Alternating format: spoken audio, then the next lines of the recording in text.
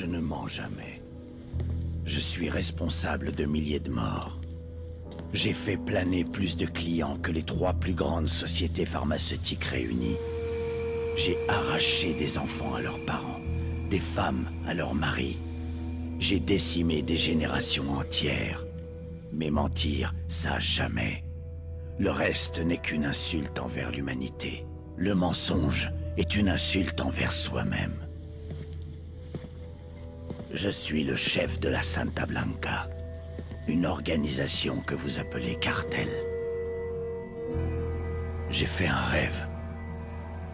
J'ai rêvé d'un pays où nous pourrions cultiver la coca et produire notre propre cocaïne.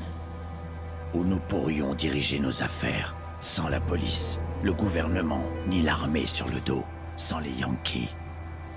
Dans mon rêve, une voix de femme me disait... Souhait, Miro, toi à la tête d'un pays entier. Comme Moïse, j'ai mené mon peuple à la terre promise, la Bolivie. Ici, nous nous sommes payés les champs de coca. Et le reste, nous l'avons pris. Nous avons soudoyé la police, l'armée, les juges, les politiques. Nous étions à 2 doigts de devenir le gouvernement, à 2 doigts d'accomplir mon rêve.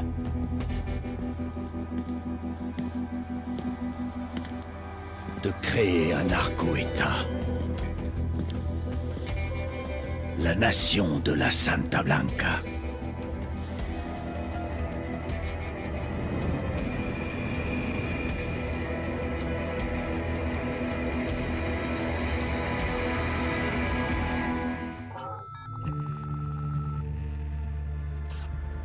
La semaine dernière, une bombe artisanale a explosé devant l'ambassade des États-Unis à La Paz, en Bolivie.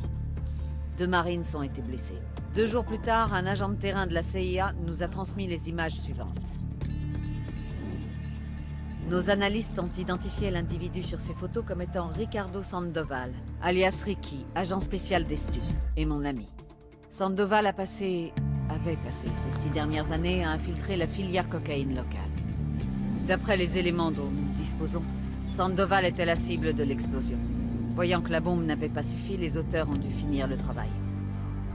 Ils l'ont capturé, torturé et tué avant d'abandonner son cadavre. Nous ne l'avons pas encore récupéré. Notre cible, le groupe derrière l'explosion de l'ambassade et la mort de l'agent spécial Sandoval, est l'organisation de narcotrafic appelée Cartel de la Santa Blanca. Les simples trafiquants d'hier sont devenus des narcoterroristes. À la base, le gouvernement bolivien résistait au cartel mexicain, d'où la création d'une unité spéciale, l'Unidad, grossière. Des milliers de cadavres plus tard, politiciens, agents de police et journalistes sont des espèces en voie de disparition. Le gouvernement bolivien a implosé. Parce qu'il n'avait pas le choix, le président a passé un marché avec la Santa Blanca. Arrêtez de nous tuer et on ferme les yeux. Depuis, la Santa Blanca a fait de la Bolivie la nouvelle plaque tournante de la drogue, grâce à leurs amis mexicains qui leur ouvrent une voie royale vers les États-Unis et le Canada. Tout commence dans les champs où l'on récolte l'Erythroxylum novogranatans, alias le plant de coca. Des 200 espèces d'Erythroxylum connues, 2 seulement ont des niveaux de cocaïne suffisants. Bref, on ne plante pas ça par hasard. Surtout quand on s'appelle El Yayo. Ces hommes commencent par effeuiller la plante. Les plantes sont ensuite séchées, finement hachées et envoyées au labo. C'est là que cette meuf intervient. La gringa est une chimiste américaine avec un QI qui crève le plafond et une éthique au ras du plancher.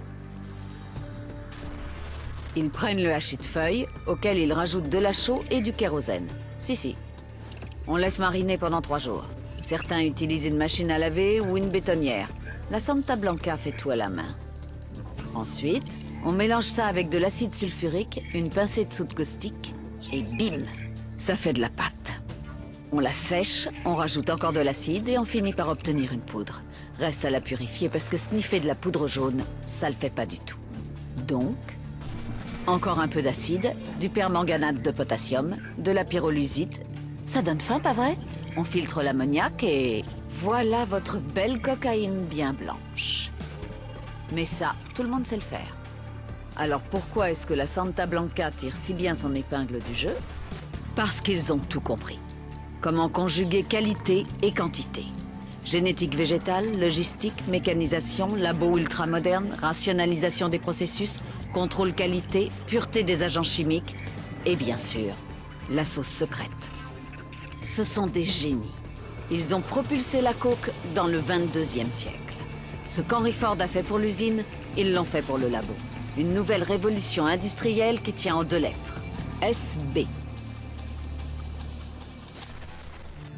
Ok, c'est parti. La super autoroute de la coke made in Santa Blanca. Tous les ans, c'est plus de 350 tonnes de poudreuse qui quittent la Bolivie pour filer dans les naseaux de 20 millions de consommateurs. Soit un chiffre d'affaires moyen de 2 milliards de dollars par semaine. The nation of Santa Blanca.